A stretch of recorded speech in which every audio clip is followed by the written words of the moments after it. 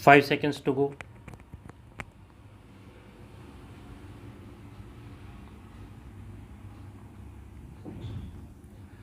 Start. 11 days ago, on International Women's Day, we reaffirmed our commitment to the economic empowerment of our sisters and mothers. Today, I am happy to announce that for the poorest women, substantial progress is being made to provide them financial security. Educating girls is the most valuable investment that any country can make in its future. I am delighted to know that the specially designed insurance scheme that guarantees funds for education has also started functioning well. On August 15 last year, I had told my fellow citizens that my government would launch two new insurance schemes for the benefit of the women of the country now.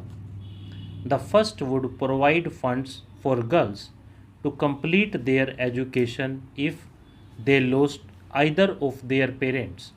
The second would provide an income to women who lost their husbands or who became disabled. I had said that these schemes would be operational on Diwali. Thanks to the hard work done by the General Insurance Corporation and its four subsidiaries, this deadline was met.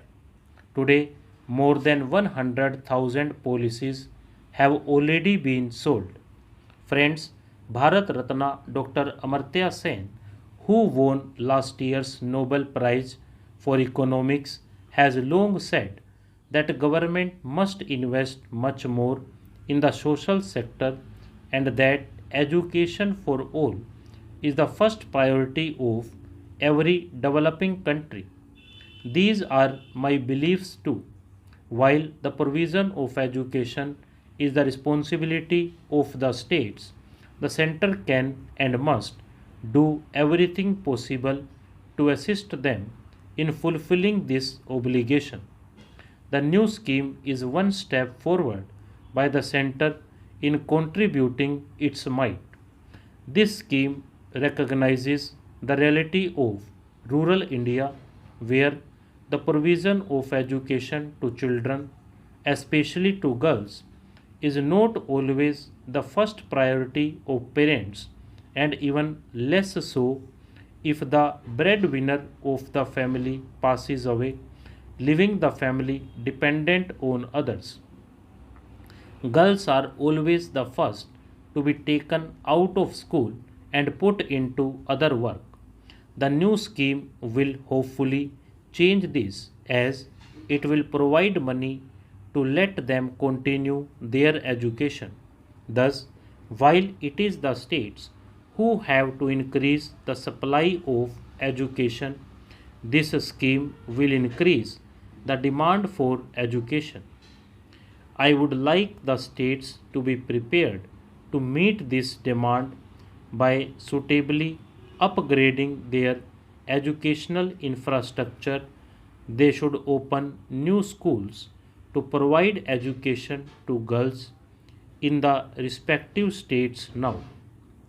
These schemes shall, in a long way, provide a lot of social security to the families and women in general.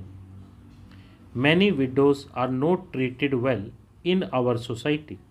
They lose their financial security. They are forced to depend on others who may exploit them in every way. The same also applies to self employed women who, if they are disabled and hence cannot earn any more, become dependent on others.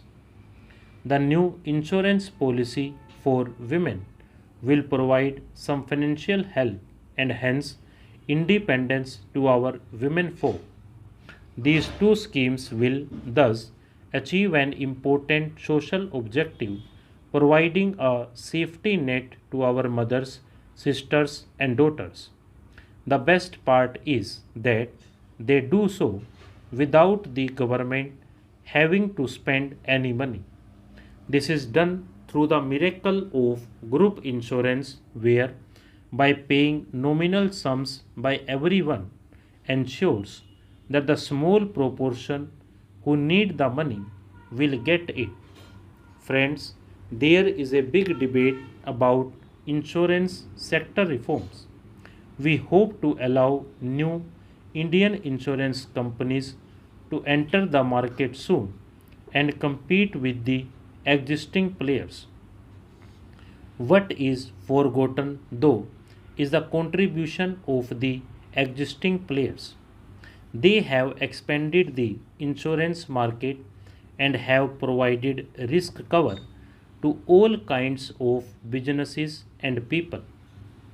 What is important, though, is that they are also providing this risk cover to the poor and the powerless by these and other schemes. I compliment them for this. Provision of these schemes, however, is not an obligation forced on them by an unwilling owner, the government. Rather, thanks to their competence, these schemes are viable on their own. I would like that all future insurance companies also show their commitment to every section of society. They must compete with the existing players in providing better risk coverage to the well off. At the same time, they must also compete in providing coverage to the poorest. Making new insurance schemes a success will, however, require the participation of the state government in a big way. They can and must take coverage of their residents in a larger way. For instance, every Gram Panchayat can insure all its girls and women, and so can every municipality. This will earn them a discount. Insuring 1 crore girls will cost only rupees 8 to 14 crore a year, which every state can afford.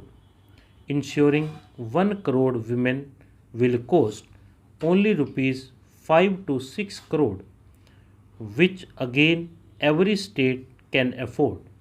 States must also collaborate with the General Insurance Corporation and its affiliates in ensuring better delivery of these schemes.